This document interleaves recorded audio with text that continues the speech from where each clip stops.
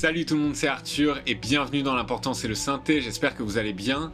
Alors aujourd'hui je vais vous faire la démo de VCV Rack, c'est un simulateur de synthé modulaire et d'environnement modulaire. Voilà, et ben c'est parti.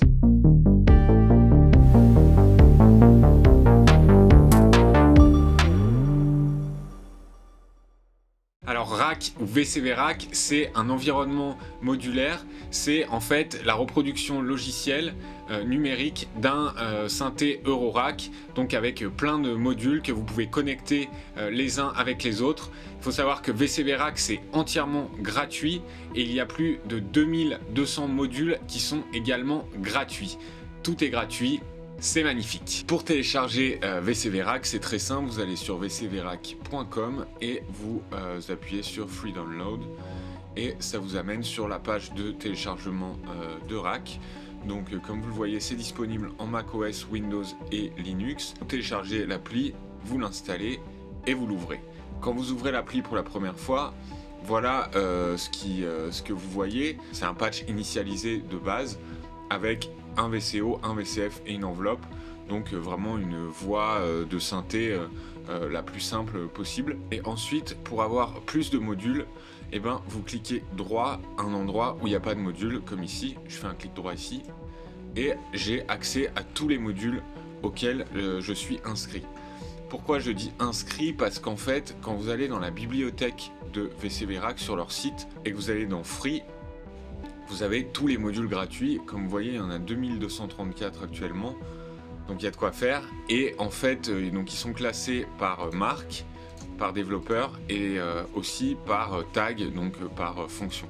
Une fois que vous êtes inscrit, il faut retourner dans VCV Rack et dans librairie, vous verrez qu'il faut mettre à jour votre bibliothèque de modules et ensuite il faut redémarrer l'application et c'est parti, vous avez accès maintenant aux modules de ce développeur.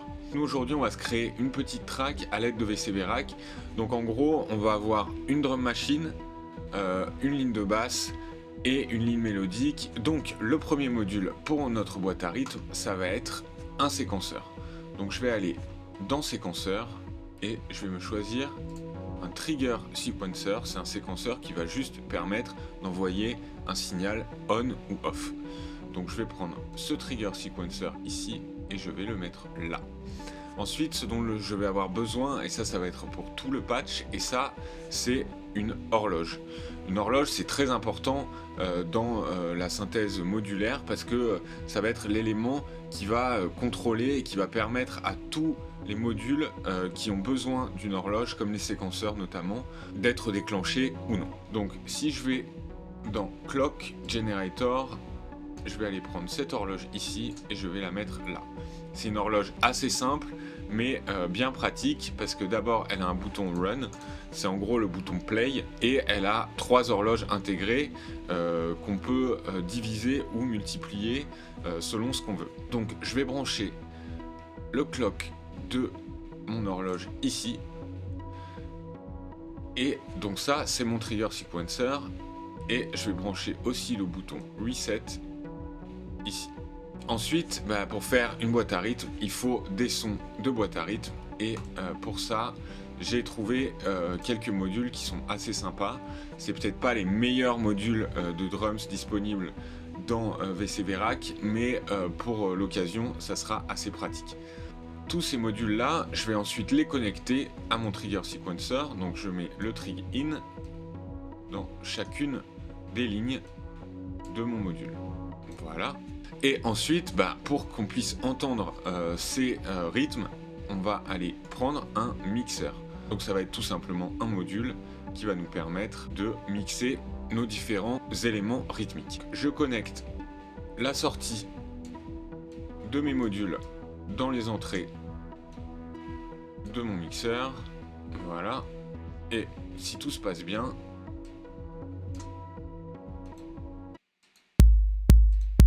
on va pouvoir jouer les drums. Voilà tout simplement comment ça marche. Donc on va se faire un petit rythme tout simple, donc à base de kick sur tous les temps, et pour l'instant on va juste connecter le charlet fermé. Donc le charlet fermé il est en 3. Voilà.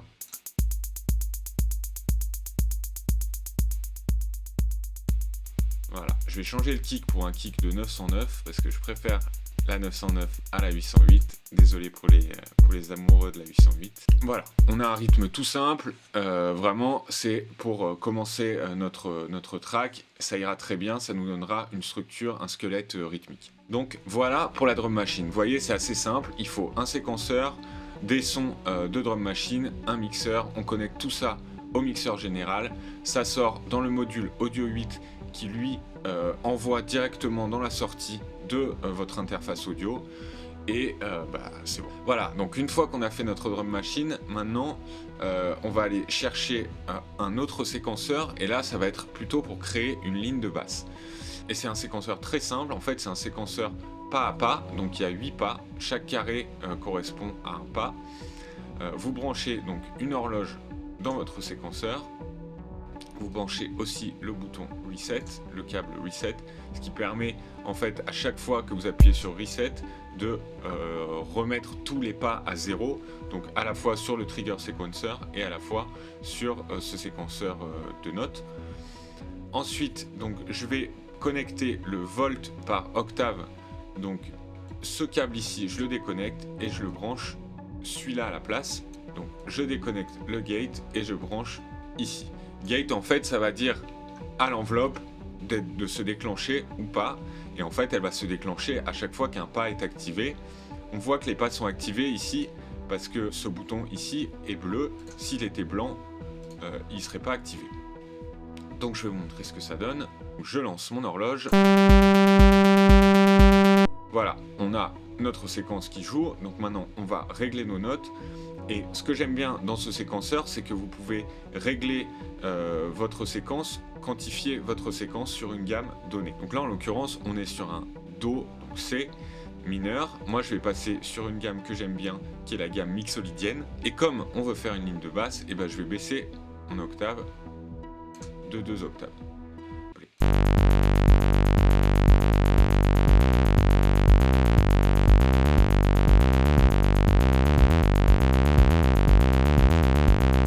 Je vais régler mon enveloppe.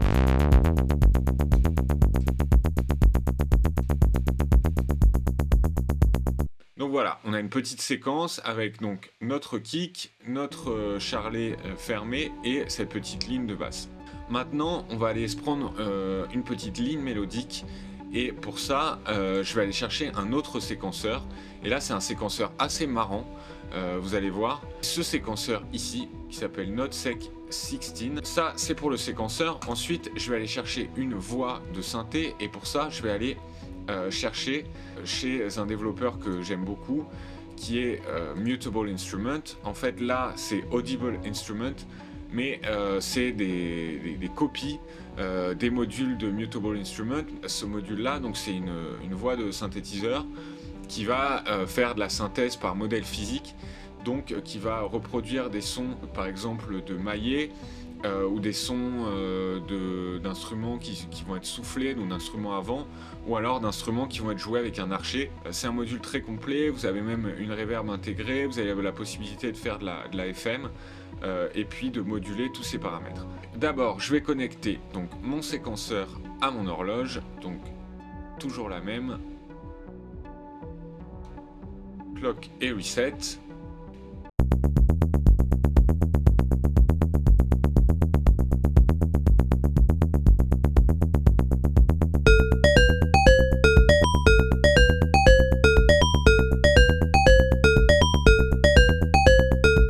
Je vais pouvoir aussi caler mon séquenceur sur une gamme donnée. Donc c'est ce que je vais faire. Je vais prendre la même gamme que ma ligne de basse, histoire qu'il n'y ait pas de fausses notes. Je règle un petit peu le brightness, donc c'est en fait tout simplement un filtre. Et je vais mettre space qui va être une reverb.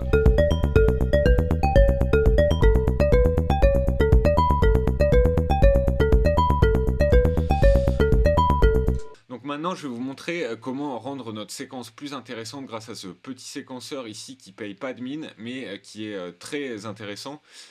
Donc si je branche par exemple l'onde sinus de mon LFO sur ce séquenceur, vous allez voir ce qui se passe.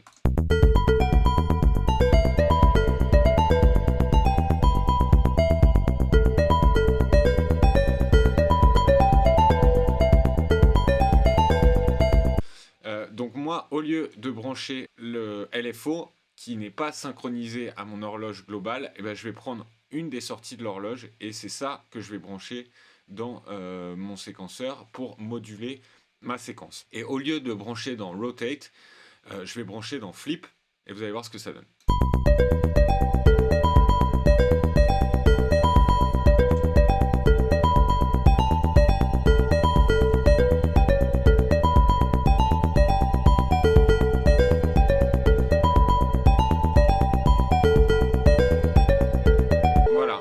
Tout simplement avec une séquence, en fait, on a deux séquences en une.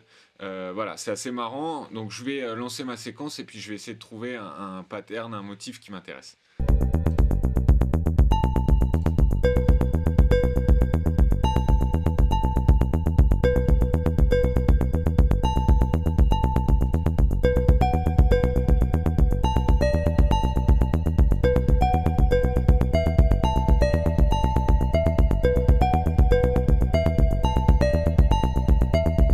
Je vais partir d'une séquence toute simple avec 4 notes. En fait, quand on inverse, ça fait il y a 8 notes en tout dans ma séquence.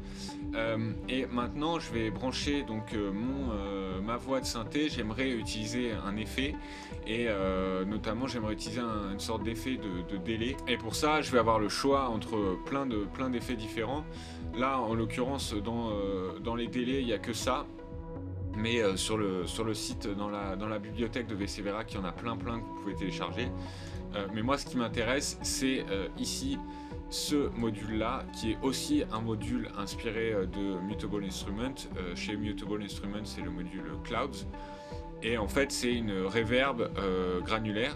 Donc c'est une reverb qui va prendre des toutes petites portions de votre son et qui va les jouer en boucle et ça va donner des textures très intéressantes. Au lieu de brancher mon synthé directement dans mon mixeur, eh ben, je vais d'abord le brancher dans mon petit module granulaire et c'est ça ensuite que je vais brancher dans mon mixeur.